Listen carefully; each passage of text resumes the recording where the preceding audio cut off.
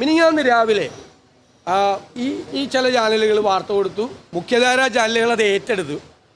എന്താ പറഞ്ഞത്? സുധാകരനും അടൂർ പ്രകാശും മത്സരിക്കും.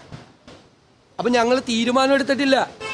ഞങ്ങൾ പറഞ്ഞില്ല, MP-മാരും മത്സരിക്കുന്ന കാര്യം കേരളത്തിലെ നേതാക്കളല്ല തീരുമാനിക്കുന്നത്, അത് അഖിലേന്ത്യാ കോൺഗ്രസ് നേതൃത്വമാണ്. ഞങ്ങൾ അവരോട് പറഞ്ഞു, MP-മാർക്ക് മത്സരിക്കാൻ താല്പര്യമുള്ളവരും അവർ മത്സരിക്കണം.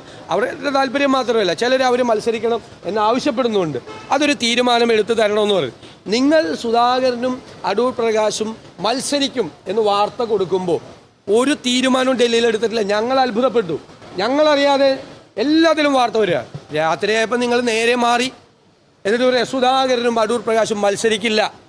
അപ്പോഴും തീരുമാനം എടുത്തിട്ടില്ല അവർ മത്സരിക്കില്ല എന്ന്. ഞങ്ങൾ തീരുമാനം എടുത്തിട്ടില്ല, അപ്പോഴും മത്സരിക്കില്ല എന്ന് തീരുമാനം എടുത്തിട്ടില്ല.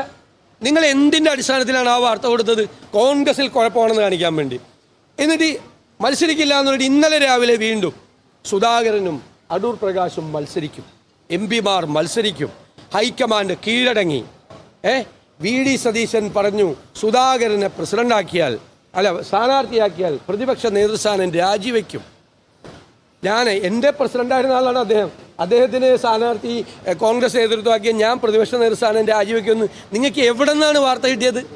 എന്ത് മര്യാദകേടാണ് നിങ്ങൾ ചെയ്തത്? ഒരാളും പറഞ്ഞില്ല. അപ്പോഴും ചർച്ച ചെയ്തിട്ടില്ല, അപ്പോഴും ഇത് ചർച്ച ചെയ്തിട്ടില്ല. മിനിങ്ങാന്ന് രാത്രി 11 മണിക്ക് ശേഷമാണ് കോൺഗ്രസ് പ്രസിഡന്റ് തീരുമാനം പറയുന്നത്. അത് അവരുടെ തീരുമാനമാണ്, ദേശീയ നേതൃത്വത്തിൻ്റെ തീരുമാനമാണ്. Coloring your dreams. TB Traders, Bypass Road, Puttanatani.